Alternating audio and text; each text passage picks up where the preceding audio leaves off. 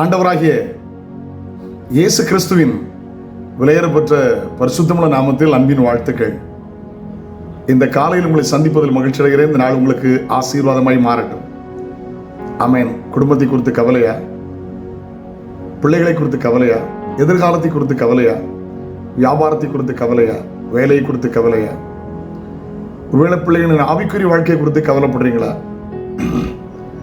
அதாவது உலகத்தில் இருக்கிற எல்லா வலையை விட, மீன் பிடிக்கிற வலையை விட, மிருகத்தை பிடிக்கிற வலையை விட, பறவைகளை பிடிக்கிற வலையை விட கவலை ரொம்ப மோசம்.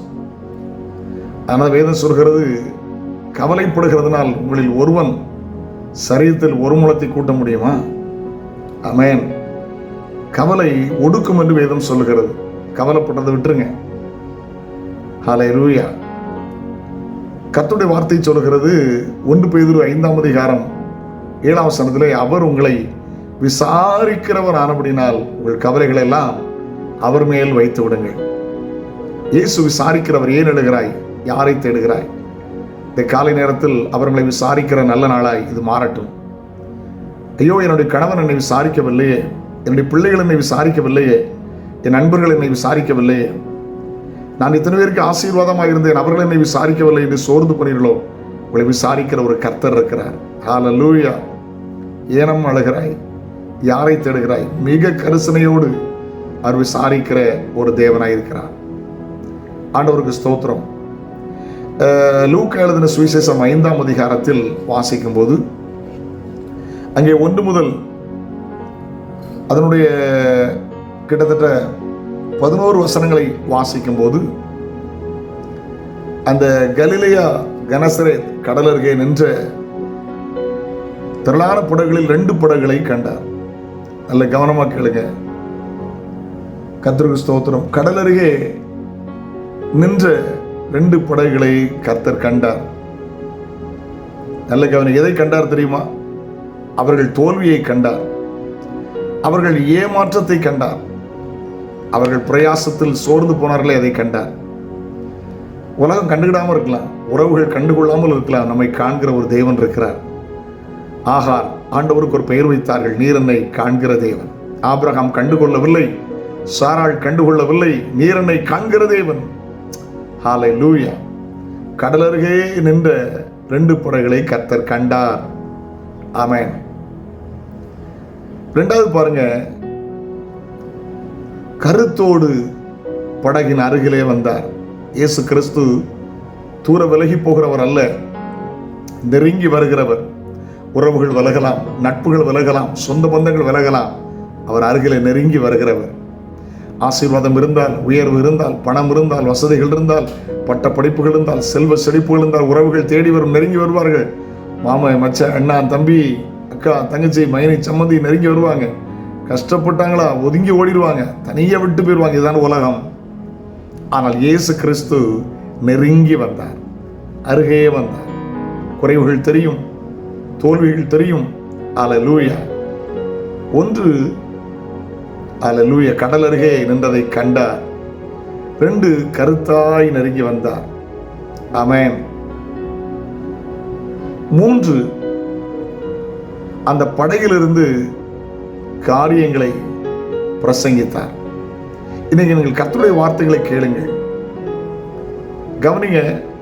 அற்புதம் நடப்பதற்கு முன்பதாக கர்த்தருடைய வார்த்தையை கவனிங்கள். காரியத்தை அவர்களோடு பேசினார், கர்த்தருடைய வார்த்தையை அவர்களுக்கு பேசினார். கண்டார், கருத்தாய் அருகில் வந்தார், காரியங்களை விளக்கினார், காரியங்களை பேசினார். கர்த்தருடைய வார்த்தை எப்படி தெரியுமா? அப்படி வசனத்தின் பிரசித்தம் வெளிச்சம் தந்து பேதைகளை உணர்வுள்ளவர்களாய் மாற்றும். வசனத்துக்கு நடுங்குகிற உங்களை அவர் நோக்கி பார்ப்பார். ஆமென். அதோடு முடித்து விடுகிற தேவன் அல்ல. நம்முடைய நிலைமைகள் அவருக்கு தெரியும் அல்லவா? நம்முடைய தேவைகள் அவருக்கு தெரியும் அல்லவா? நம்முடைய போராட்டங்கள் அவருக்கு தெரியும் அல்லவா? நம்முடைய கண்ணீர் அவருக்கு தெரியும் அல்லவா? அவர் சொல்லுகிறார், சற்றே படகை தள்ளும்படி கேட்டுக்கொண்டார். கரையிலிருந்து சற்றே தள்ளும்படி அவர் கேட்டுக்கொண்டார். ஹல்லேலூயா. கர்த்தருக்கு ஸ்தோத்திரம். கவனிங்க, நாம் ஏதோ மேலோட்டமாய் வாழ்வதல்ல, ஆழத்தில் தேவனுடைய அதிசயம் இருக்கிறது. மேலோட்டமாய் வாழ்ந்து ஏதோ நான் இயேசுவை பார்த்தேன், இயேசுவின் வார்த்தையை கேட்டேன், இயேசுவுக்கு இடம் கொடுத்தேன், காணிக்கை கொடுத்தேன், ஏதோ கொடுத்தேன், நேரத்தை கொடுத்தேன் என்று சொல்லுகிறதல்ல. அவரோடு ஆழத்தில் செல்ல கர்த்தர் விரும்புகிறார். அப்படி அற்புதத்தை பார்க்க வேண்டுமா? இயேசுவோடு ஆழத்தில் வாருங்கள். அவர் கிரியை செய்தை பார்க்க வேண்டுமா? இயேசுவோடு ஆழத்தில் வாருங்கள். அல்லேலூயா. ஒரு காரியத்தை உங்களுக்கு நான் சொல்கிறேன், தியானித்த போது கண்டுகொண்ட உண்மையை சொல்கிறேன். கொஞ்ச பலனில், நிற்க வேண்டிய கொஞ்ச பலனில் இயேசுக்காக நின்றால் நிற்க முடியாத சூழ்நிலைமை வரும். அதில் இயேசு உனக்காக நிற்பார். சைட்ல மணல் நிற்கலாம், கொஞ்சம் பலன் இருக்கு, இயேசுக்காக ஊழியம் செய்யட்டுமே, பிரசங்கம் பண்ணட்டுமே. சைட்ல நிற்க முடியுமானால் நிற்க முடியாத சில ஆழங்கள் வரும். அந்த இடத்தில் இயேசு உனக்காக நிற்பார் என்பதை மறந்து விடாதீர்கள். ஹல்லேலூயா. ஆழத்தில் கொண்டு போய் வலையை போடும்படி சொன்னார். கர்த்தருக்கு ஸ்தோத்திரம். ஹல்லேலூயா. காணாத காரியங்களை காணும்படி செய்கிற தேவன். ஐயா, என்னால் ஆசீர்வாதங்களை காண முடியவில்லையே, என் உயர்வை காண முடியவில்லையே, நன்மையை காண முடியவில்லை, நிறைவை காண முடியவில்லையே. நீங்கள் இயேசுவை கண்டது உண்மையானால் எங்கள் ஆசீர்வாதங்களை காண்பது உண்மை, நிறைவை காண்பது உண்மை. ஆனா என்ன செய்யணும் தெரியுமா? அவங்க சொன்னாங்க, இரே எங்க பிரயாசம் எல்லாம் தோல்விப்பா, ராத்திரி ஃபுல்லா பிரயாசம் பண்ணும், ஆகிலும் உடைய வார்த்தையின்படி வலையப்படுகிறேன். கர்த்தருடைய வார்த்தையின்படி பிரயாசப்பட முடியுமா? கர்த்தருடைய வார்த்தையை கீழ்ப்படிய முடியுமா? கர்த்தருடைய வார்த்தையை நம்ப முடியுமா? ஹல்லேலூயா. கர்த்தருடைய வார்த்தையை சார்ந்து கொள்ள முடியுமா? உங்கள் வாழ்வில் அதிசயம் நடப்பது நிச்சயம். 2 படகுகளும் நிரம்பியது. எத்தனை உண்மை! குறைவானது இருக்கிறதோ, நிறைவானது வரும்போது குறைவானதெல்லாம் ஒளிந்து போகும். அவர் எல்லாவற்றையும் எல்லாவற்றால் நடப்புகிற கர்த்தர். இந்த காலையிலே அவர்களை விசாரிக்கிறவர். விசாரிக்க யாருமே இல்லாமல் வலையை அலசி கொண்டிருந்த போது விசாரிக்கிற ஒரு கர்த்தர் அருகே வந்தார் அல்லவா? இன்றைக்கு இயேசு வருகிறார். அவர் தனி நபர் அல்ல. God is not person, God is presence. துதிக்கும் போது, ஆராதிக்கும் போது, விசுவாசிக்கும் போது அவர் வருவார். விலகி போகிற தேவன் அல்ல. உலகத்தின் முடிவு பரிதமும் சகல நாட்களிலும் நான் உங்களோடு இருக்கிறேன் என்று அவர் வாக்கு கொடுத்திருக்கிறார். தேவன் இந்த காலை நேரத்தில் தேடி வருகிறார். அவர்களை விசாரிக்கிறவர். உங்க கவலை அவர் மேல வச்சிருங்க.